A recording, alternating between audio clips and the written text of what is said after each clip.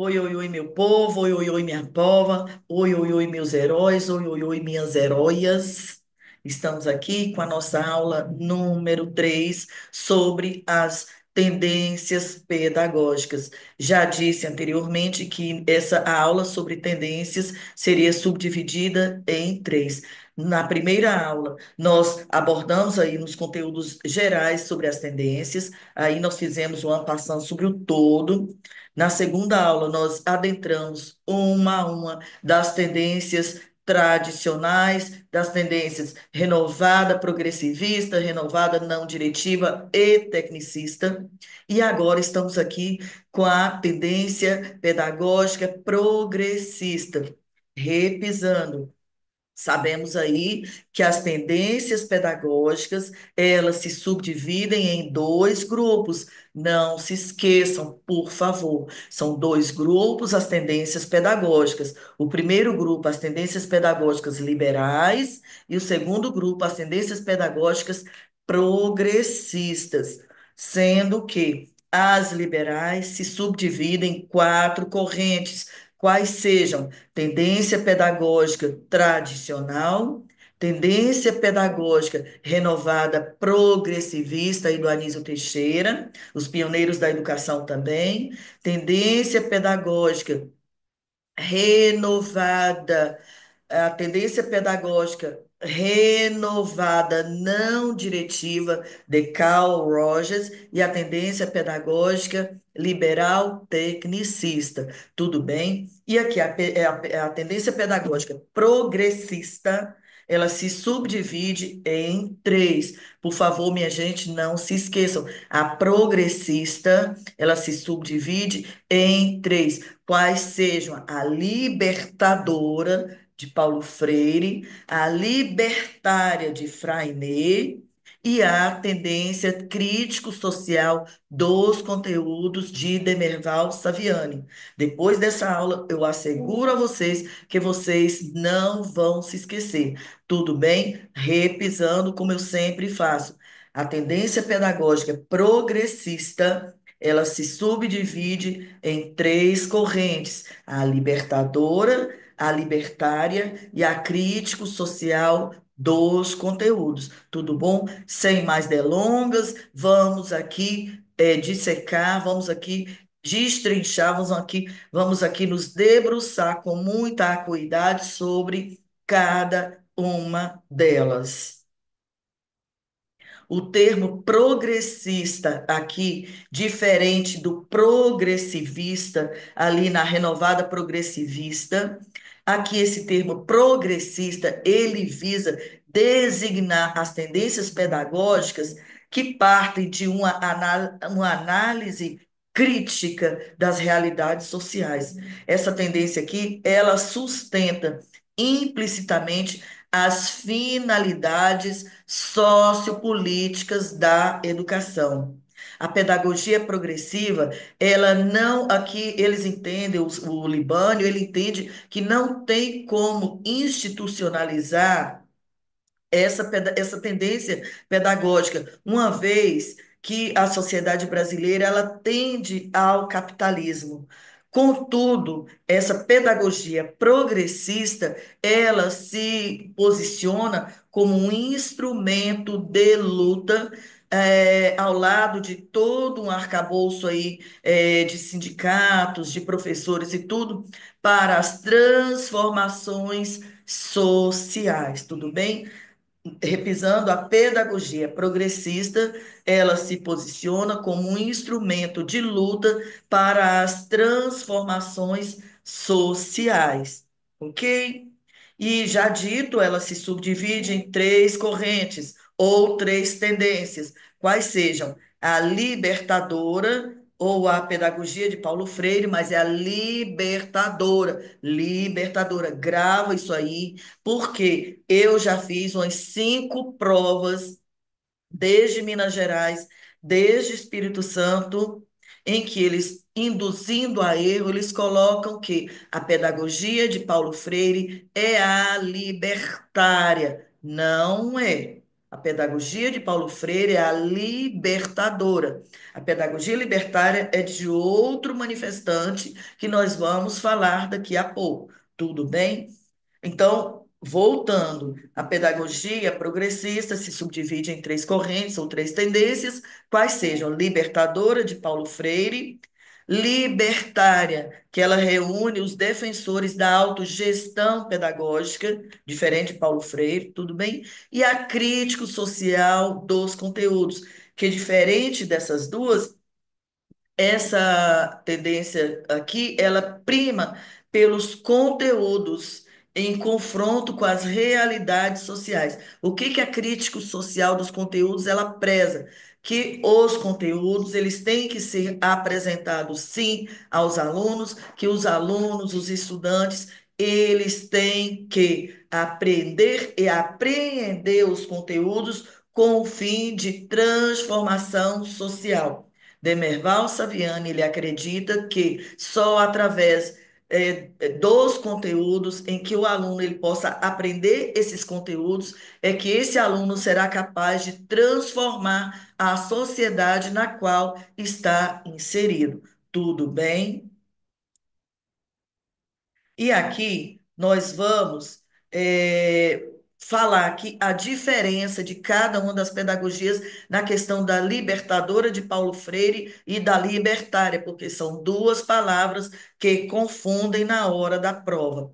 As duas, elas têm em comum a luta contra o autoritarismo. As duas correntes, elas valorizam a experiência vivida do estudante anterior à experiência escolar. Ok? E as duas, elas têm como base a relação educativa com a ideia de autogestão pedagógica. Em função disso, gente, o valor ao processo educacional, o valor que se dá aqui, se dá através da aprendizagem em grupo, através de debates, discussões e valorização das experiências trazidas das experiências adquiridas que esses estudantes tiveram e têm, e que eles trazem essas experiências para o contexto educacional. Tudo bem? E aí, essas duas correntes, como decorrência aqui para elas, tanto a libertadora quanto a libertária, a prática social junto ao povo, razão pela qual eles denominam essas duas tendências aqui, a libertadora e a libertária, como a educação popular não formal. Tudo bem? E aqui elas se juntam nessas ideias. Porém, quando discutirmos cada uma delas, nós vamos definir aí as diferenças. As diferenças aqui são bem sutis. Tudo bem? São muito sutis, mas são visíveis e na hora da prova tenho certeza absoluta que vocês vão acertar, tá bom?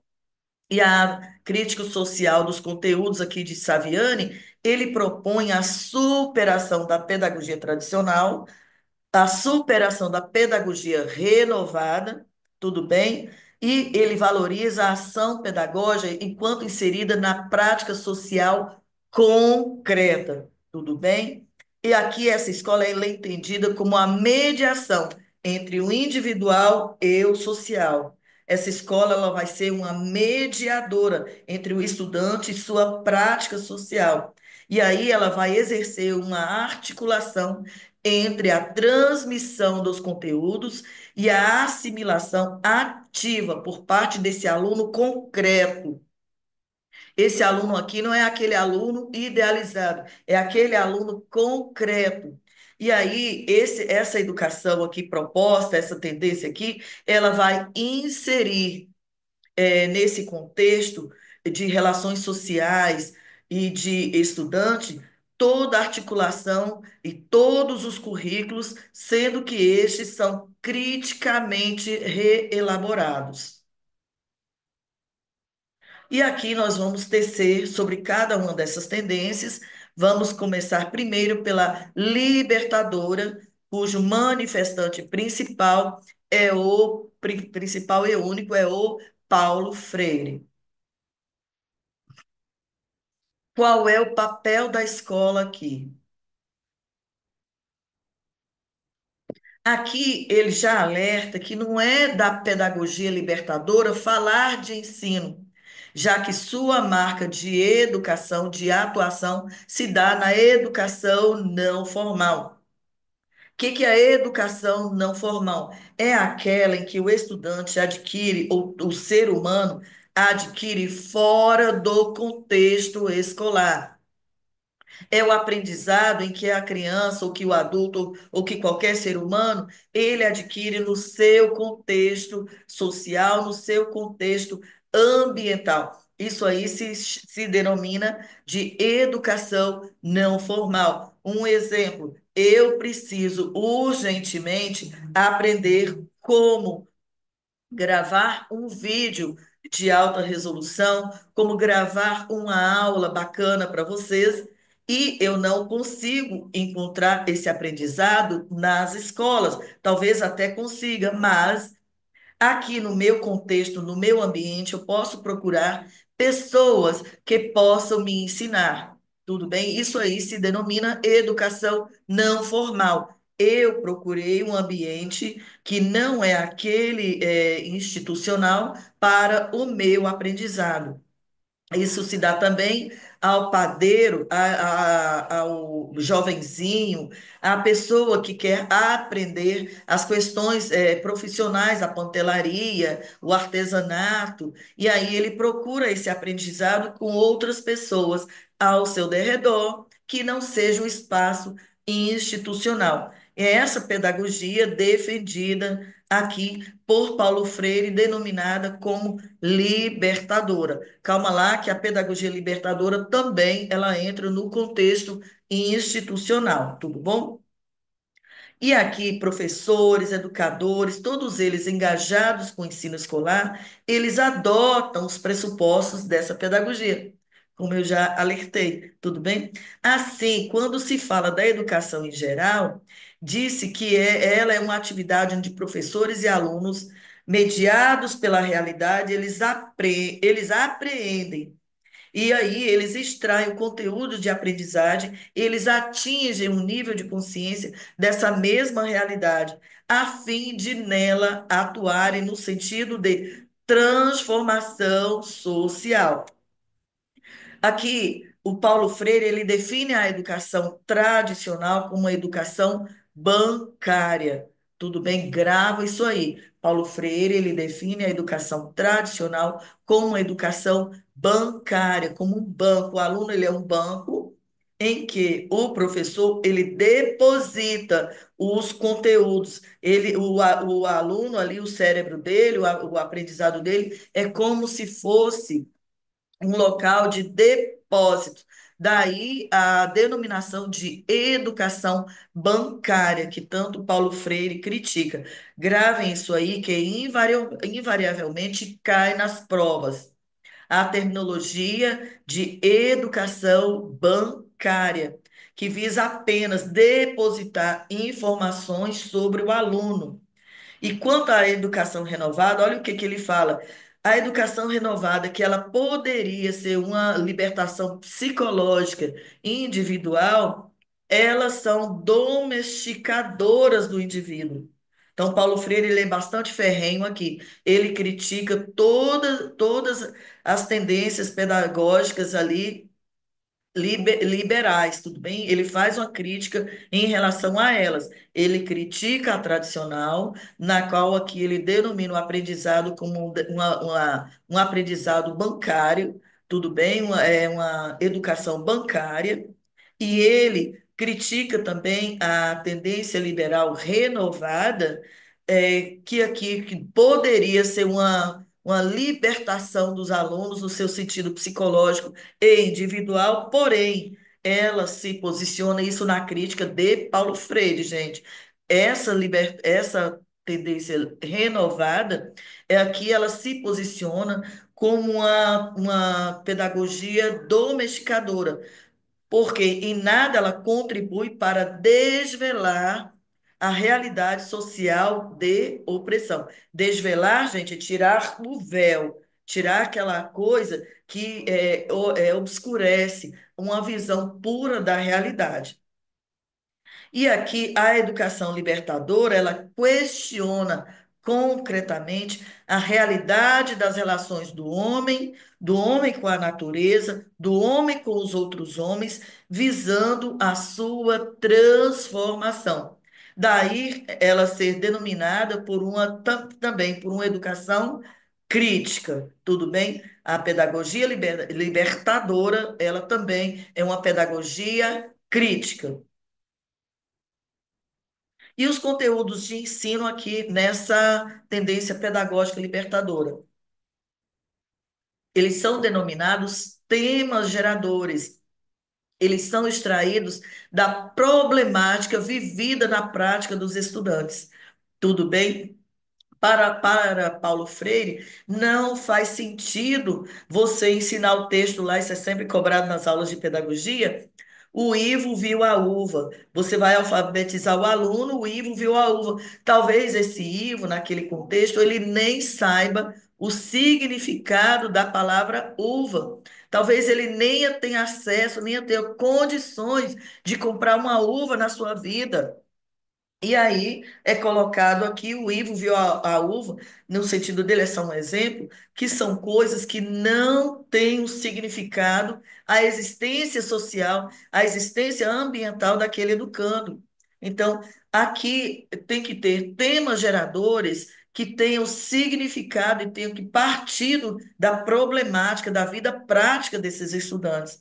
Os conteúdos tradicionais, eles aqui são recusados, porque cada pessoa, cada grupo, na ação pedagógica, eles dispõem dentro de si, ainda que de forma grotesca, conteúdos necessários para o seu aprendizado.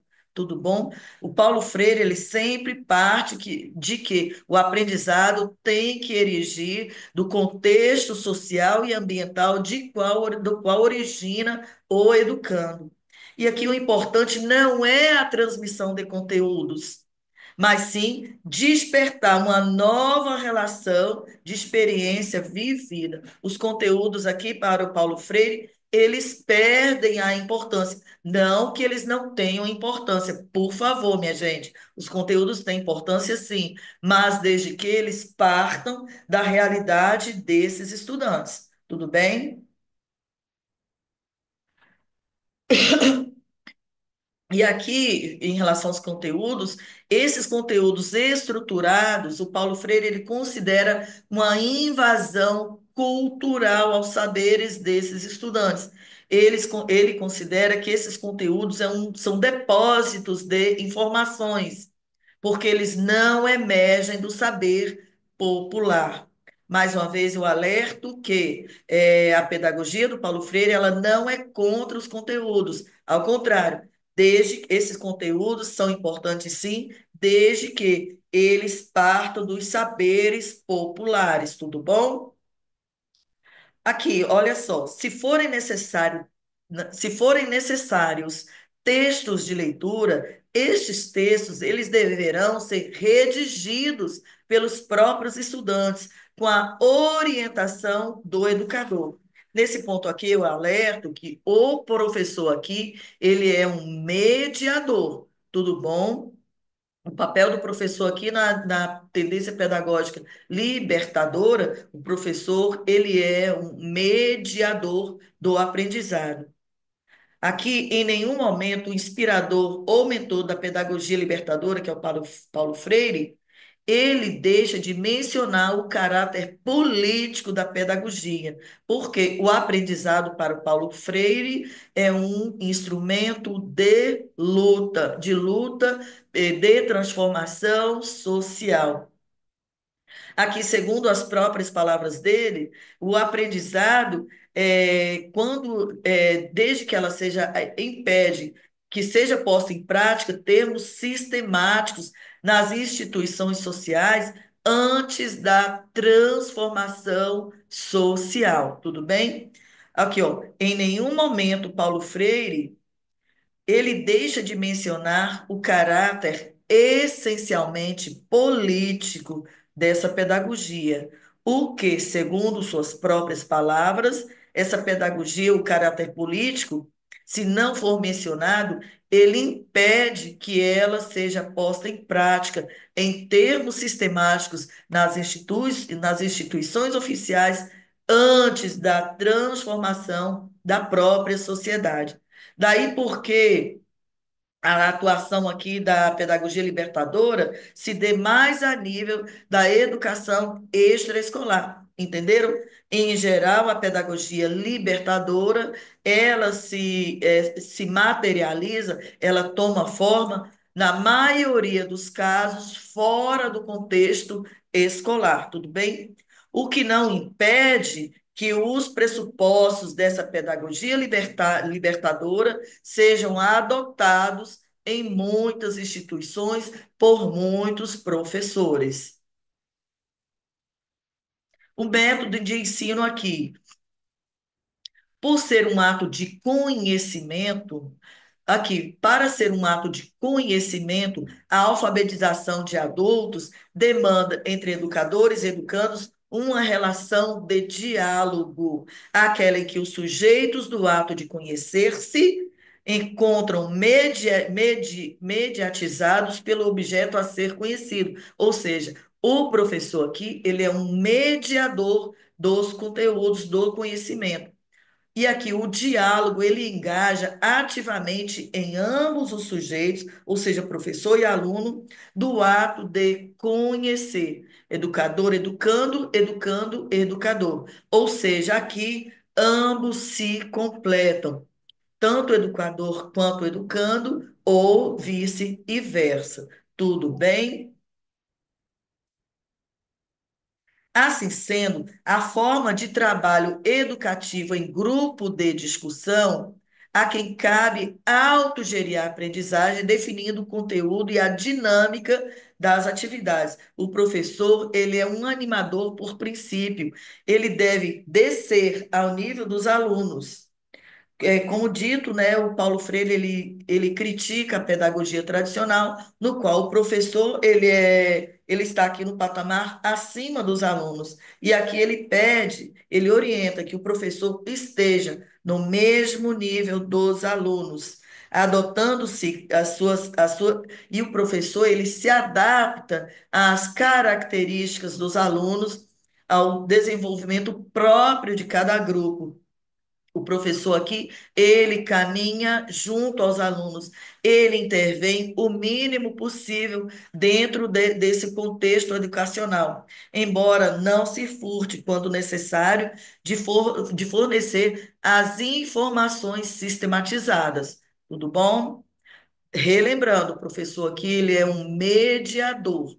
Se colocarem lá na prova de vocês um animador, podem marcar que está correto, tudo bem? Porque o professor aqui, para Paulo Freire, ele está junto com os alunos e vice-versa, tudo bom? E os passos da aprendizagem aqui. No caso, a codificação e a decodificação. Aqui no caso, codificação, o registro e a decodificação, a leitura. A problematização dessa situação, elas permitirão a codificação, decodificação e problematização dessa situação permitirão aos educandos um esforço de compreensão do vivido, até chegar a um nível mais crítico do desenvolvimento e conhecimento da sua realidade. Sempre através da troca de experiência em torno da prática social. E aqui consiste o conteúdo do trabalho educativo. Dispensam-se os programas estruturados, trabalho escrito, aula expositiva, ok? Assim, qualquer tipo de verificação direta da aprendizagem, formas essas próprias da educação e bancária, elas são aqui abonadas, elas são aqui, ó, descartadas, tudo bom? Porque elas são tidas aqui na visão de Paulo Freire como domesticadoras. Mas aqui ele admite uma avaliação da prática vivenciada entre educadores e educandos no processo de grupo e às vezes uma autoavaliação feita em termos de compromisso assumido na prática social, tá bom? E o relacionamento professor-aluno? Já adiantei, né? Aqui o relacionamento se dá no diálogo com base, com método básico, a relação aqui ela é horizontal. A relação professor-aluno é horizontal, já disse, não é uma relação vertical, na qual o professor se coloca como autoridade máxima e os alunos são simples receptores daquilo que o professor tem que passar, ok? Aqui se elimina o pressuposto da relação de autoridade, sob pena de inviabilizar o trabalho de conscientização e de aproximação das consciências. Aqui se trata da não diretividade. O conteúdo aqui, as aulas aqui, elas não são diretivas. Mas não no sentido de que o professor se ausenta, como em Carl Rogers, ali na pedagogia renovada não diretiva de Carl Rogers. Aqui é o contrário, tudo bem? O professor aqui, ele permanece vigilante para assegurar ao grupo um espaço humano para dizer o que ele pretende para se exprimir sem se neutralizar. Tudo bem? Novamente, o professor aqui, ele é presente numa relação horizontal. E aqui, to- toda a experiência desses alunos, tem espaço para expressão. Essas experiências, essas vivências, elas aqui, elas têm espaço para manifestação. Ok? E o professor aqui, ele não é um neutro, ele não é um professor ausente. Ao contrário, ele aqui, como mediador, ele que vai dar segurança para que esse grupo, para que esses alunos, eles possam se exprimir. Ok? E os pressupostos da aprendizagem, como é que se dão? Aqui nessa educação problematizadora, como correlata à educação libertadora, ela se revela como uma força motivadora da aprendizagem. A motivação se dá a partir da codificação de uma situação-problema, da qual se torna, da qual se torna ou se toma uma distância para administrá-la, para analisar criticamente. Ou seja, coloca-se ali um problema e aí todos os alunos, professores, todos ali se debruçam sobre aquela situação de modo a analisá-lo criticamente.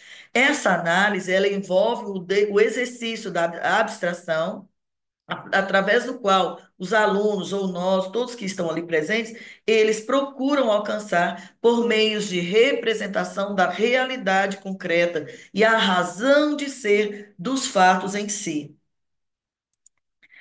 Aprender aqui é um ato de conhecimento da realidade, isso é, da situação real vivida pelo educando. E o aprendizado aqui só tem sentido se resultar de uma aproximação crítica da realidade. O que é aprendido aqui não decorre de uma imposição ou de uma memorização. O aluno aqui, ele não é um banco, ele é um crítico.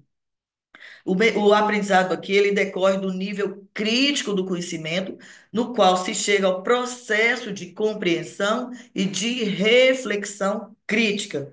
O que o educando transfere em termos de conhecimento e o que foi incorporado como resposta às situações de opressão, ou seja, seu engajamento e sua militância política. E a manifestação na escola, como é que se dá? Como é que se dá tudo isso dentro da escola?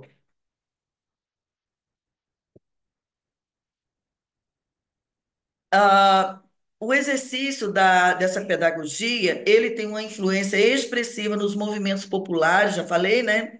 Nos sindicatos, e praticamente ele se confunde com as experiências do que denomina educação popular, tudo bom? Quando se fala aí nesse Brasilzão afora e alguns países, Chile, África, aos quais Paulo Freire ele se manifesta enquanto pedagogo, aqui essas manifestações elas se materializam como educação popular. E há diversos grupos dessa natureza que atuam somente no nível da prática popular, mas também existem aí, minha gente, publicações relativas às ideias originais dessa pedagogia libertadora. E já dito, vários professores, vários intelectuais aí, eles se debruçam sobre a aplicabilidade da pedagogia freiriana aqui no locus educacional, aqui na instituição educacional, na escola propriamente dita, tá bom? Essas formulações de Paulo Freire, embora essas formulações de Paulo Freire, elas se restringam à educação de adultos ou à educação popular, em geral, um grande número de professores eles colocam em prática essa pedagogia libertadora em todos os graus do ensino formal, tá bom?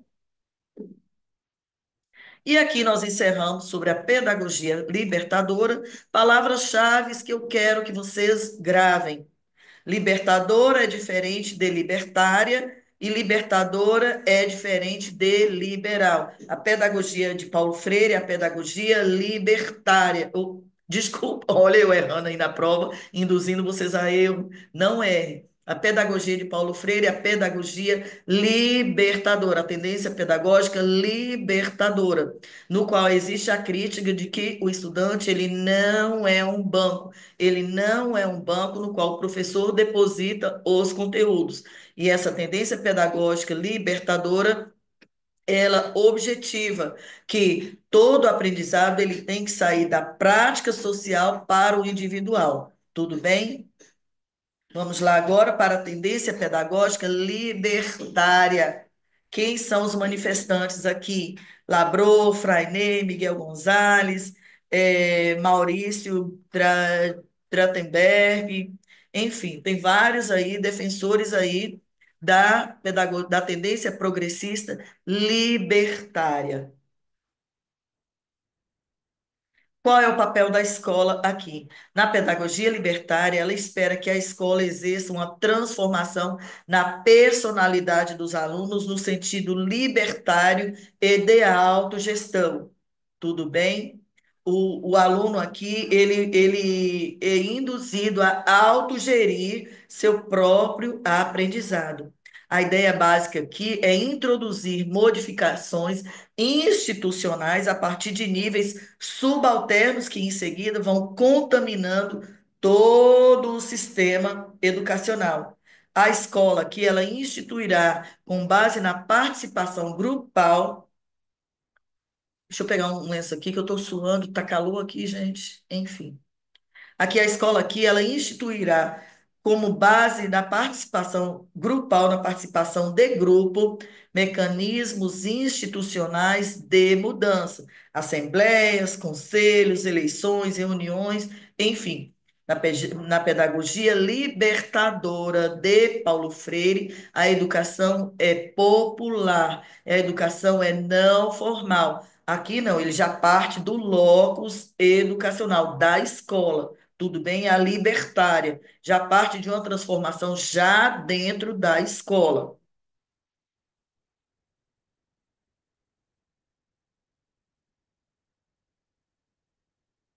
Aqui, outra forma de atuação da pedagogia libertária, a primeira é o aproveitamento à margem da liberdade do sistema.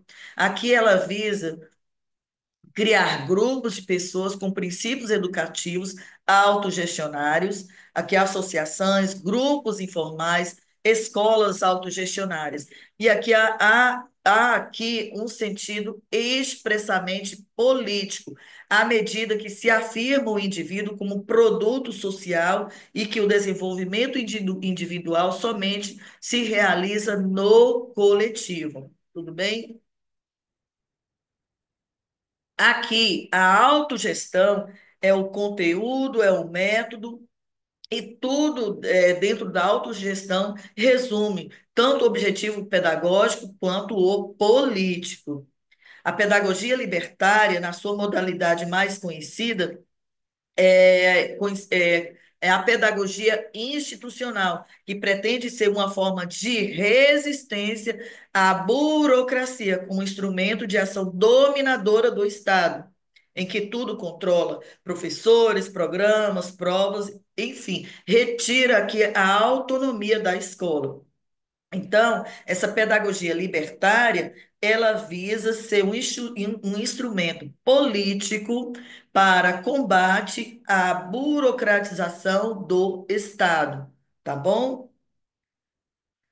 Por quê? Porque essa burocratização, ela retira dos professores, da instituição, a sua própria autonomia. Os conteúdos de ensino aqui. As matérias, elas são colocadas à disposição do aluno, mas elas não são exigidas. Tudo bem?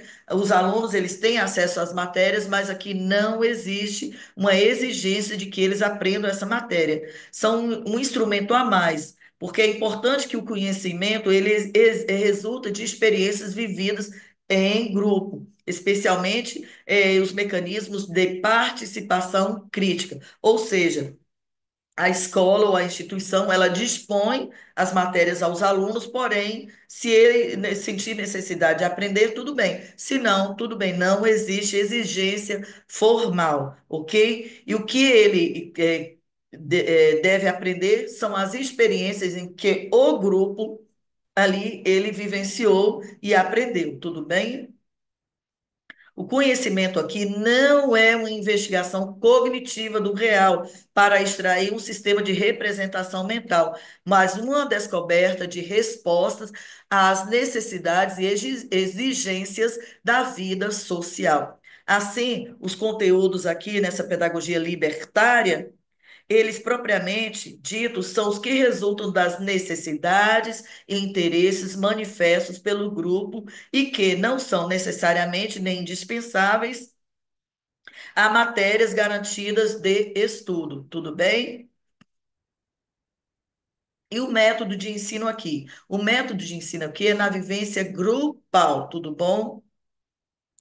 As formas de autogestão que os alunos buscarão encontrar nas bases mais satisfatórias da sua própria instituição, graças à sua própria iniciativa e sem qualquer forma de poder. Aqui não existe qualquer hierarquia ou qualquer dominação, não existe aqui. O que existe é os alunos, através da sua autogestão, eles vão procurar satisfazer as suas próprias querências, as suas próprias indagações. Um exemplo disso, minha gente, dentro das escolas, os grêmios estudantis, tudo bem?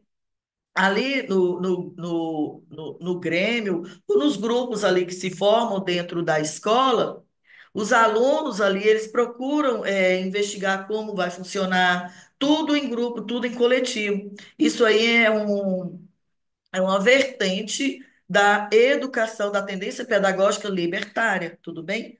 Aqui se coloca nas mãos do aluno tudo o que for possível, o conjunto de vida, as atividades, a organização dos trabalhos no interior da escola, menos a elaboração de programa e a decisão de exames que não dependem nem dos docentes nem dos alunos. Por que que é isso? Existem as avaliações, né? As avaliações externas que vêm para a escola, então isso aí não está no domínio ali desculpa, da escola. E aí essas aqui, elas ficam fora da pedagogia, da tendência libertária. Mas demais, tudo é colocado ali à disposição dos alunos para que eles possam gerir o seu próprio aprendizado, tudo bom? Os alunos aqui, eles têm a liberdade de trabalhar ou não, ficando o interesse pedagógico na dependência de suas necessidades ou as do grupo.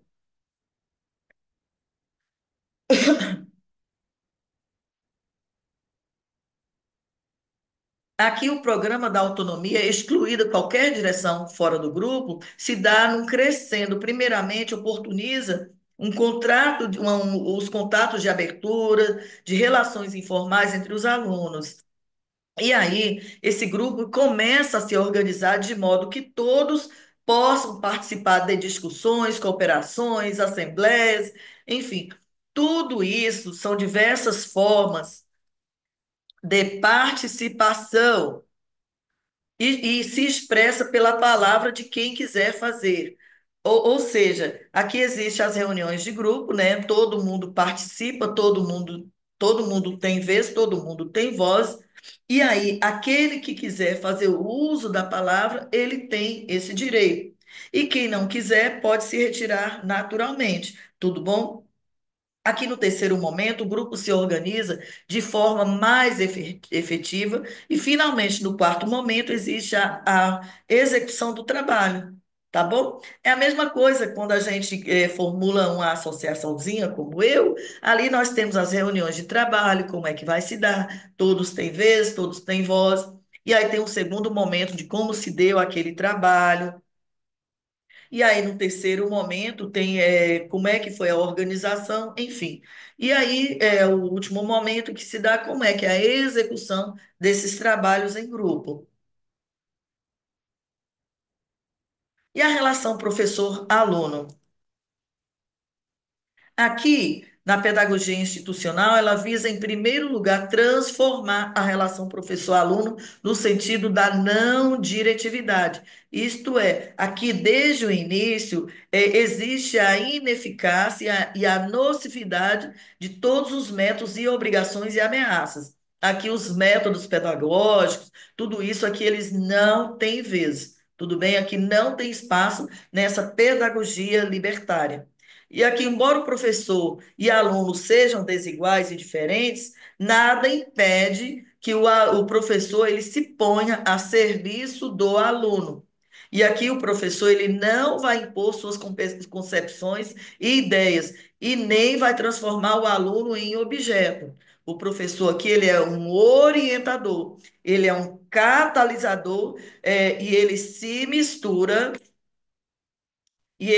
mistura ao grupo para um reflexo comum. Tudo bom? Lembra aí, na pedagogia libertadora, o professor ele é um mediador. Na pedagogia libertária, o professor aqui ele é um orientador ou um catalisador. Tudo bem?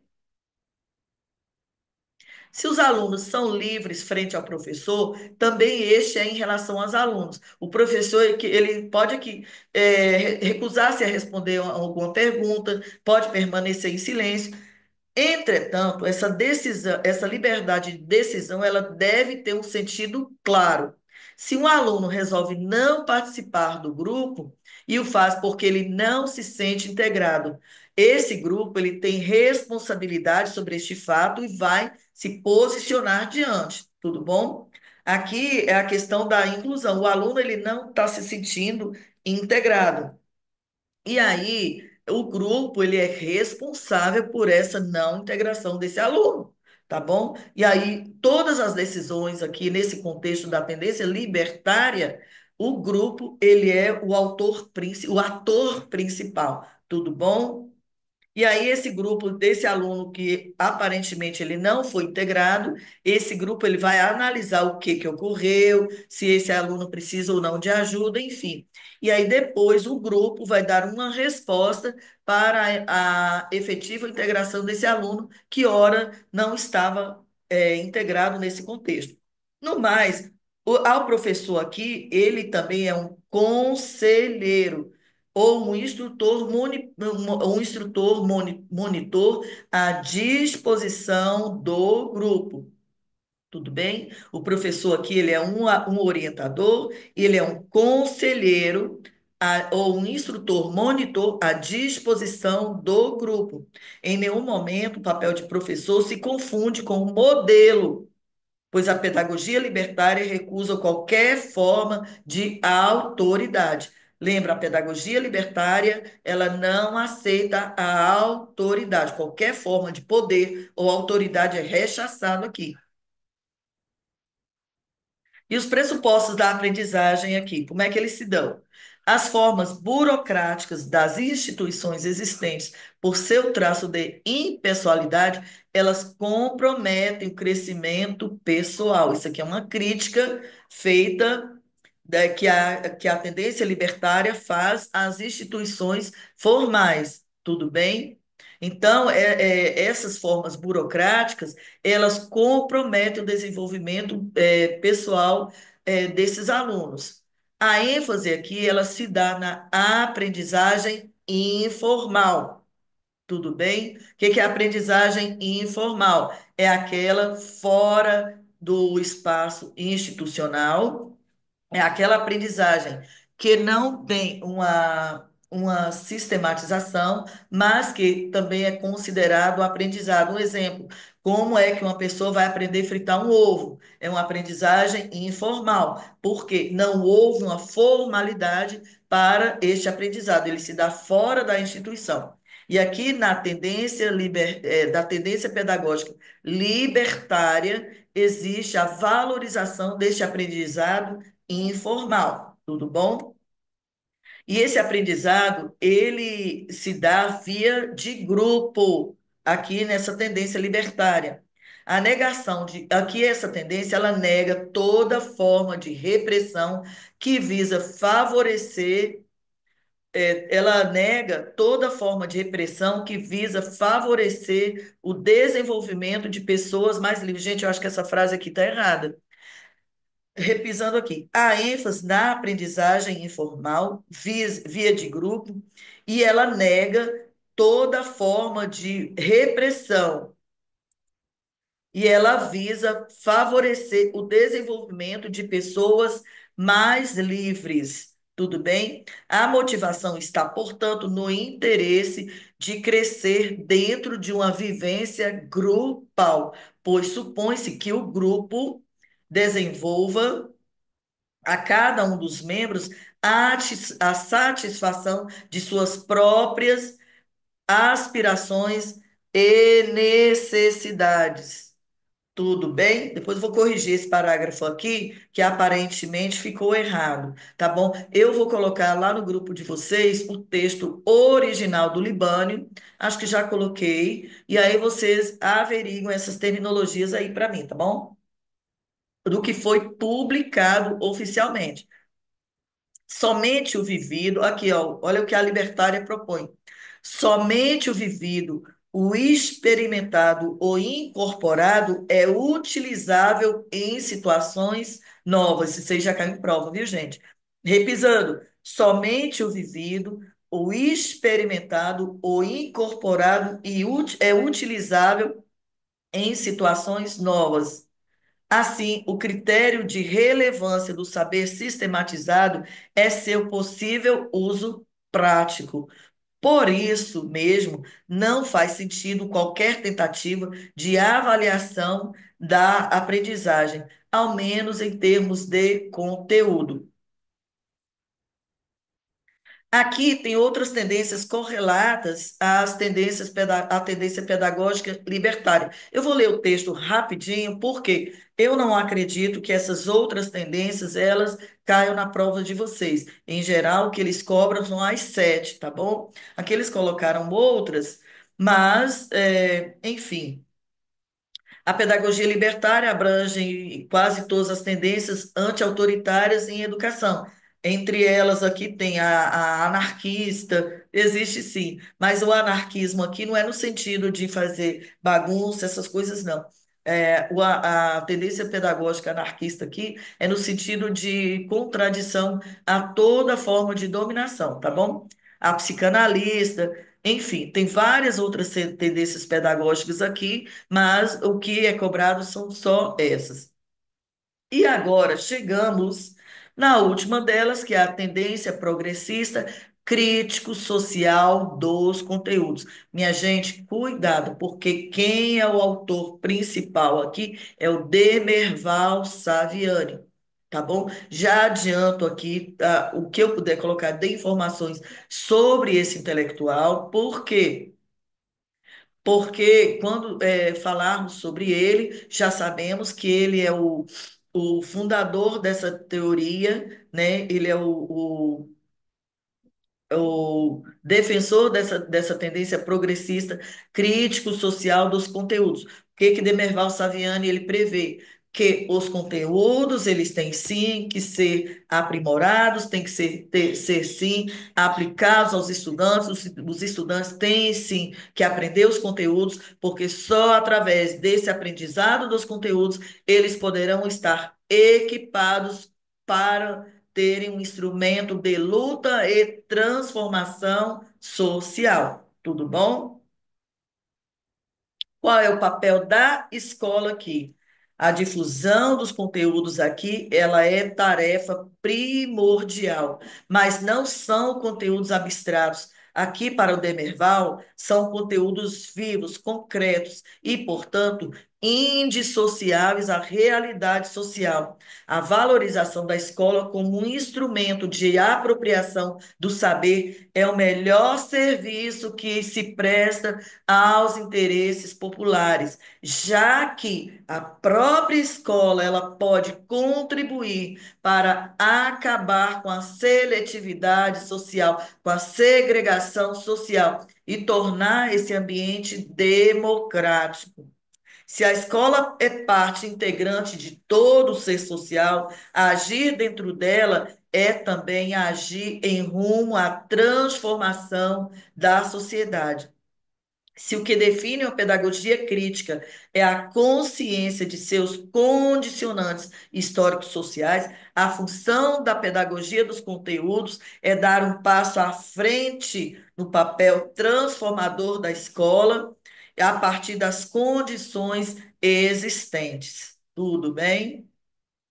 Assim, a condição para que a escola sirva aos interesses populares, aqui ela visa garantir a todos um bom ensino, isso é, a apropriação dos conteúdos escolares básicos que tenham ressonância na vida dos alunos. Aqui ele escreveu a palavra átimos, vou apagar aqui, a vida dos alunos, tudo bem? Gente, eu peguei o livro original, tudo bem, do Libânio, e aí tem esses errinhos lá, viu? Se vocês perceberem, coloquem aí para mim, porque tem vários errinhos lá. Não sei se foi digitação ou não sei o que que aconteceu. E esse texto, se não me engano, é de 1970. É bem velho esse texto. Mas como ele é aplicado na legislação brasileira, em todas as instituições, em todas as escolas de pedagogia, todas as escolas, praticamente todas as escolas de nível superior, essas, esse esquema do Libânio, ele é aplicado e ninguém se atentou em corrigir ou fazer uma reedição deste livro, tá bom? Mas tá aí a dica, vamos tratar esse livro com carinho, mas ficou assim, tá bom? Então, isso é, voltando aqui, né? Desculpe, a apropriação dos conteúdos, ela deve ser dada aos alunos, ela deve ser disposta aos alunos, tá bom? Aqui, nesse sentido, a educação é uma atividade mediadora no seio da prática social global, ou seja, uma das mediações pela qual o aluno, pela intervenção do professor e por sua própria participação ativa, passa por uma experiência que antes era confusa e fragmentada, e aqui passa para uma visão sintética e organizada, tá bom? É claro, né? O aluno, quando ele chega à escola, o estudante, ele tem uma visão de vida confusa, ali, uma visão ali fragmentada.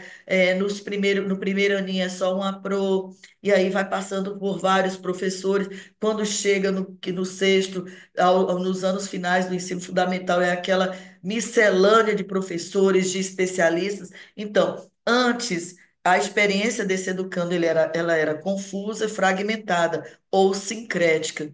E com o tempo ele vai tendo uma visão sintética, organizada e unificada. Em resumo, a atuação da escola ela consiste na preparação do aluno para o mundo adulto, para as suas contradições, fornecendo-lhe um instrumental por meio da aquisição de conteúdos, da socialização para uma participação organizada e ativa na democratização da sociedade. E os conteúdos de ensino aqui, nessa tendência pedagógica crítico-social dos conteúdos. Como são esses conteúdos? Gente, aqui são conteúdos culturais, universais, que se constituíram em domínios de conhecimento relativamente autônomos, incorporados pela humanidade, mas permanentemente revalidado em face, desculpem, às realidades sociais. Ou seja, são todos os conteúdos e o máximo que pudermos inserir a vida desse estudante ali. Quanto mais conteúdos inserir aos estudantes, mais ele vai ter mecanismos de luta, de transformação da sua própria realidade e da realidade a qual está inserido.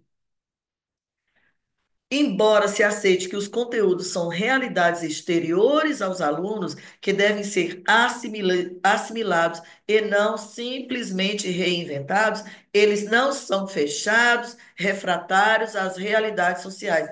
Aqui o Libânio, ele alerta, o Libânio ou o Saviani aqui, ele alerta que esses conteúdos, eles não podem ser refratários, eles não podem ser conteúdos fechados. Esses conteúdos, eles têm que ser adequados à realidade de cada aluno, à realidade de cada indivíduo, adequado às suas práticas, às suas culturas, aos seus saberes, quer informais, quer não formais.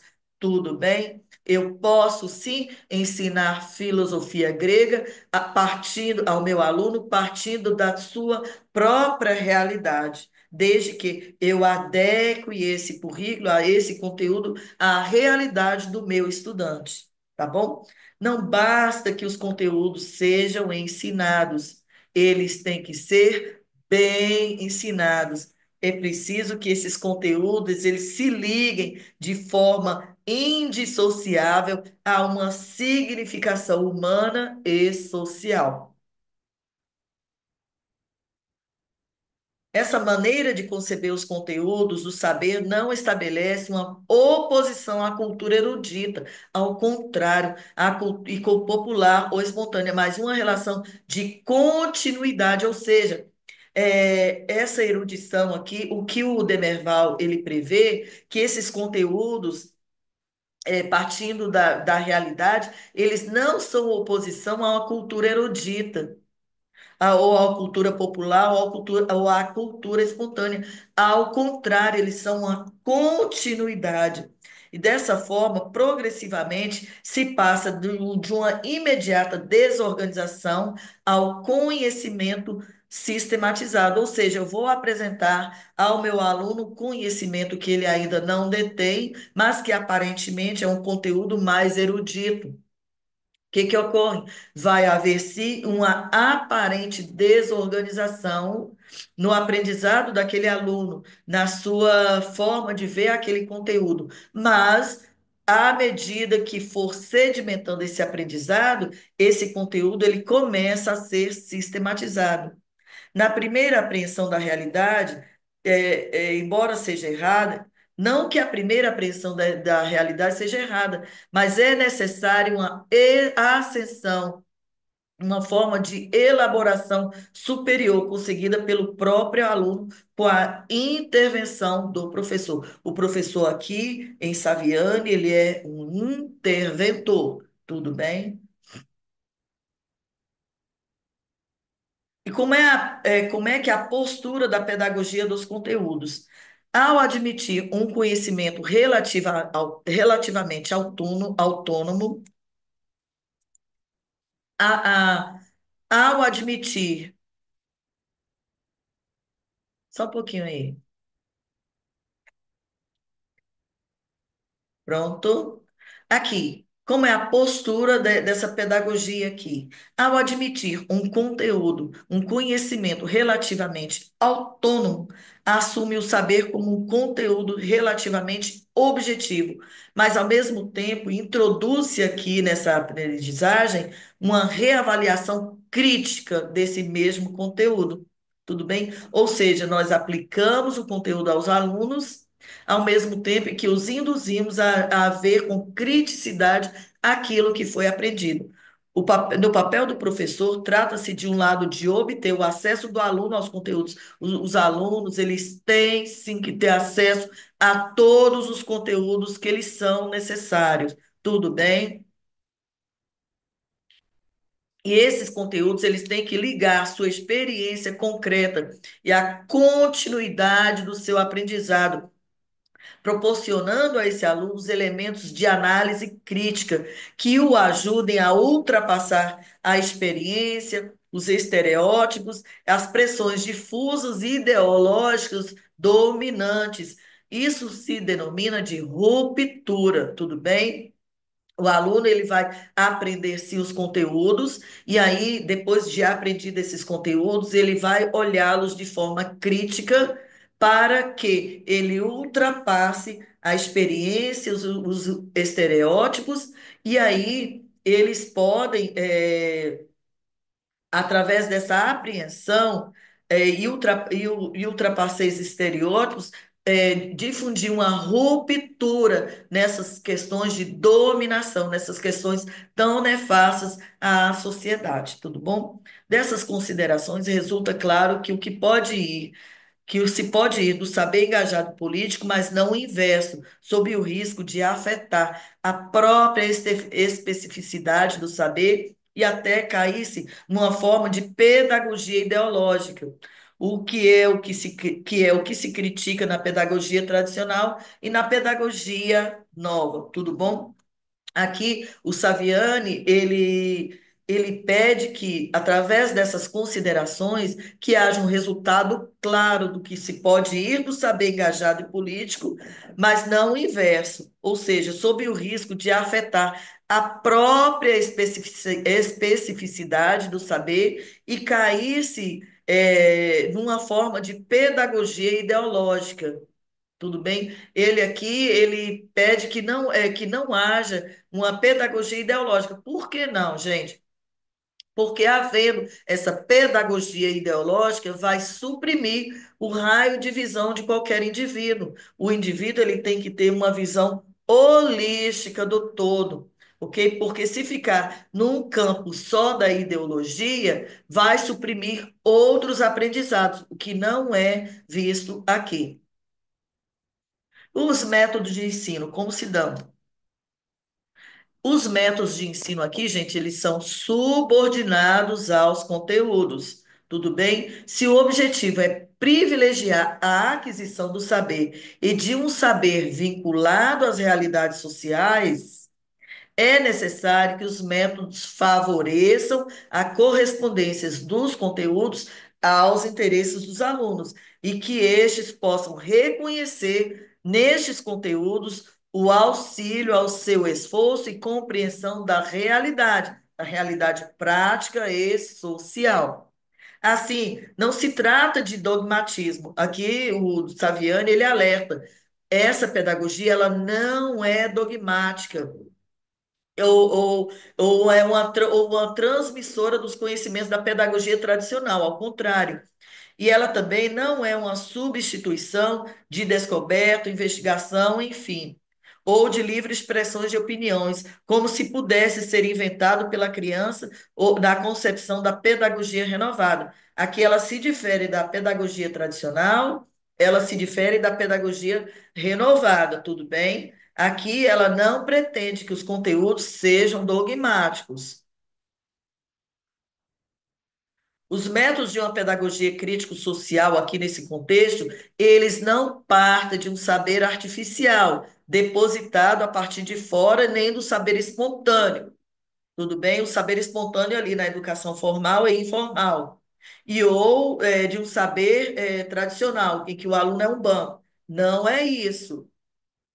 Que ele quer? Aqui é uma relação direta da experiência do aluno, confrontada com o saber que se relaciona com a prática vivida dos alunos, com os conteúdos propostos pelo professor. Tudo bem? Um exemplo que eu considero, o aluno vai comprar laranja, ele precisa, no ensino da matemática, ele precisa de comprar 12 laranjas e distribuir essas 12 para os alunos. Para ter um significado, se o professor conseguir levar para a sala o exemplo das 12 laranjas, os dois coleguinhas ali vai dividir, ou seja, o professor apresentou o conteúdo de divisão, teve uma forma prática para os alunos, que ele vivenciou aquela experiência de dividir o objeto real com seus coleguinhas. Ou seja, que a realidade vivida dos alunos com os conteúdos propostos pelo professor. E aqui é o momento em que se dá essa ruptura, ou seja, antes, o aluno não dominava aquele conteúdo. A partir do momento em que ele domina aquele conteúdo, existe uma ruptura daquilo que ele não dominava para aquilo que ele domina. Ou seja, na sua vida social, a partir do momento em que ele domina a questão da divisão, ele não vai mais sofrer como se diz, uma defasagem na sua vida prática quando for à feira fazer uma compra, quando for ao supermercado fazer a compra. Ou seja, existiu naquele aluno, naquele momento, uma ruptura do que ele não sabia para o que ele já sabe. Tudo bem? E aí, isso é um instrumento de prática e de transformação social aqui em Saviane. É claro que esses temas, esses conteúdos, eles vão se aprimorando à medida em que o aluno vai se desenvolvendo enquanto pessoa, ok?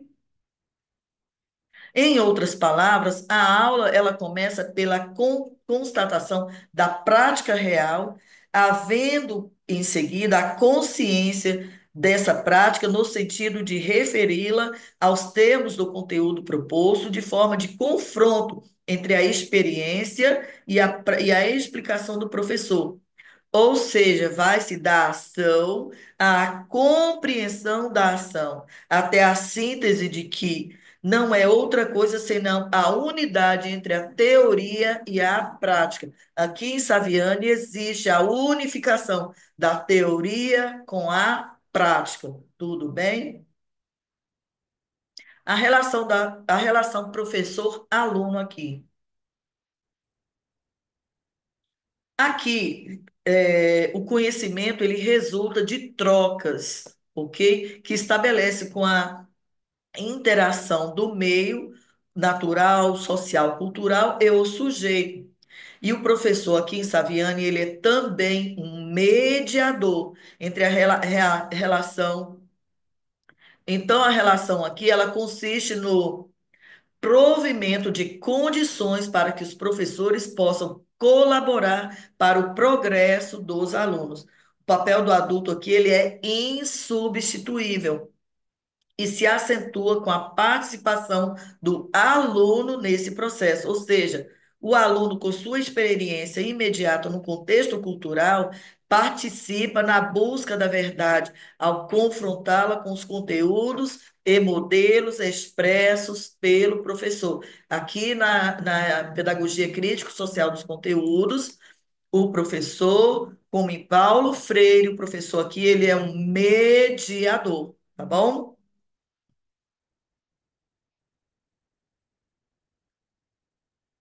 Aqui, já dito, né, o professor ele busca despertar as necessidades dos alunos, existe o papel da mediação, enfim, é isso. O professor, aqui nessa tendência pedagógica, ele é um mediador. Ele não é um diretivo, ele não abandona os alunos. A não diretividade abandona os alunos aos seus próprios desejos, que ali é a crítica aqui que se faz a pedagogia renovada não diretiva. Também ele não aceita aqui outras tendências espontâneas, em que não são tributárias das condições de vida ao meio, ok? Aqui para o Saviani não é suficiente o amor, não é suficiente a aceitação, não é suficiente que os filhos dos trabalhadores adquiram o desejo de estudar mais, de progredir. É necessário, sim, que haja a intervenção do professor para levar o aluno a acreditar nas suas possibilidades, a ir mais longe e a prolongar sua experiência vivida. E os pressupostos da aprendizagem, como é que se dão? No esforço próprio, o aluno se reconhece nos conteúdos e modelos sociais apresentados pelo professor. Assim, ele pode ampliar sua própria experiência. Tudo bem? O aluno, a partir do momento em que ele apreende esses conteúdos, ele amplia seu campo de experiência. O conhecimento novo se apoia na estrutura cognitiva já existente. O aluno, já dito em várias aulas, o aluno, ou todos nós trazemos conosco, ou o aluno traz consigo conteúdos pré-existentes. E aqui o conhecimento dos conteúdos, ele se apoia nessa estrutura. Ou seja, o professor provê a estrutura de que o aluno ainda não dispõe. Ou seja, o aluno chega à escola com experiência pré-existente e, a partir dos conteúdos que o professor vai dispor ali, esses conteúdos eles estarão estruturados do que esses alunos ainda não dispõem. Ele já dispõe de uma experiência, sim, mas com os novos conteúdos ele vai ter uma nova estruturação. E o grau de envolvimento na aprendizagem depende tanto da prontidão, quanto disposição do aluno, quanto do professor no contexto da sala de aula. O aluno, ele precisa estar pronto a este aprendizado. E como é que vai existir essa prontidão? Várias técnicas pedagógicas, várias didáticas, um bom planejamento de sala de aula vai trazer a esse aluno a curiosidade para o aprender e a sua disposição para o saber mais. Aqui, o aprender dentro dessa pedagogia é desenvolvido através da capacidade de processar informações e lidar com os estímulos dentro do ambiente escolar, dentro da organização, ou seja, através de todos os níveis de experiência disponíveis. Em consequência, a aprendizagem aqui ela tem que ser significativa, que supõe como passo inicial para verificar aquilo que o aluno já sabe. O professor ele precisa compreender o que os alunos dizem, o que os alunos fazem, o que o aluno precisa. O professor ele precisa procurar dizer-lhes o que lhes é necessário, o que lhes é preciso para que possam aprender mais. A transferência de aprendizagem se dá no momento da síntese, isso é, quando o aluno supera sua visão parcial e confusa e adquire uma visão mais clara e unificadora daquilo que ele necessita aprender. Tudo bem? E dessa clareza é que o trabalho escolar ele precisa ser avaliado, tá bom? Não como um julgamento definitivo e dogmático, mas como uma comprovação de que o aluno, no seu progresso, na sua direção de suas noções sistematizadas, ele aprendeu sim ou não, tá bom? E na prática da escola, como é que fica? O esforço de elaboração dessa pedagogia dos conteúdos é propor modelos de ensino voltados para a interação dos conteúdos às realidades sociais. Várias vezes eu digo, é a interação dos conteúdos dos alunos às realidades sociais. Portanto, visando avançar em termos de uma articulação do político, do pedagógico, como extensão da educação a serviço da transformação das relações de produção. Ainda que de curto prazo se espere do professor maior conhecimento dos conteúdos dessa ou daquela matéria, domínio das formas de transmissão, enfim, como é que o professor ele vai se amparar ao expressar, ao dispor esses conteúdos aos alunos, através da formação continuada, tudo bom? E aí, esse professor, ele já com domínio de todas essas competências, de todas essas técnicas, sua contribuição será eficaz. E ele também será capaz de compreender os vínculos de sua prática com a prática social e global, tendo em vista a democratização da sociedade brasileira. O atendimento aos interesses das camadas populares e a transformação estrutural da sociedade. Olha a importância disso, minha gente. O professor, ainda que ele não tenha domínio desses conteúdos, ele tem que buscar esse domínio através do seu aprimoramento pessoal e ao transmitir esses conteúdos aos seus alunos, ele tem sim que prever que esses alunos eles sejam capazes de ter uma transformação social. Tudo bom? Aqui na tendência pedagógica crítico-social dos conteúdos, o objetivo do conhecimento é a transformação da sociedade por um Brasil melhor, um Brasil mais democrático, um Brasil inclusivo. E aqui, em linhas gerais, tem os autores, né, que Demerval Saviani é o maior deles. Aqui no Brasil, tem outros mundo afora, não vamos nos ater. Entramos aqui simplesmente no Demerval Saviani e eles são os representantes dessas propostas. Tudo bem? Aqui o Libânio, ele é defensor árduo dessa pedagogia crítico-social dos conteúdos. E aqui no Brasil, essa pedagogia, ela é amplamente difundida, ela é tida como lei nas escolas, é amplamente aplicada, né? Essa pedagogia crítico-social dos conteúdos. E eu creio, por isso, que a prefeitura e as municipalidades, elas cobrem tanto, porque é essa tendência pedagógica que é a mais aplicada aí por diversos municípios, aliás, eu acredito, né, por quase toda a Federação Brasileira, tá bom? Aqui eu não vou esmiuçar aqui sobre o ponto de vista, por que que o Libânio ele defende tanto a tendência pedagógica crítico-social dos conteúdos. Creio que o que nós abordamos é o suficiente para a prova de vocês. Leiam esse texto, imprimam-no, façam uma boa leitura. Os erros que estão aí, minha gente, são os erros que estão lá no livro. Havendo, vocês me falem, que aí nós vamos fazer as correções. O que eu fiz aí? Fiz um Ctrl+C, Ctrl+V do livro do Libânio e coloquei aqui para vocês, tá bom? Dito isso, muito obrigada a todos vocês, obrigada imensamente, do fundo do meu coração, a oportunidade de estar trabalhando com vocês aqui neste preparatório. Tenho certeza absoluta, vocês serão um sucesso. Beijo, beijo no coração. Até a nossa próxima aula.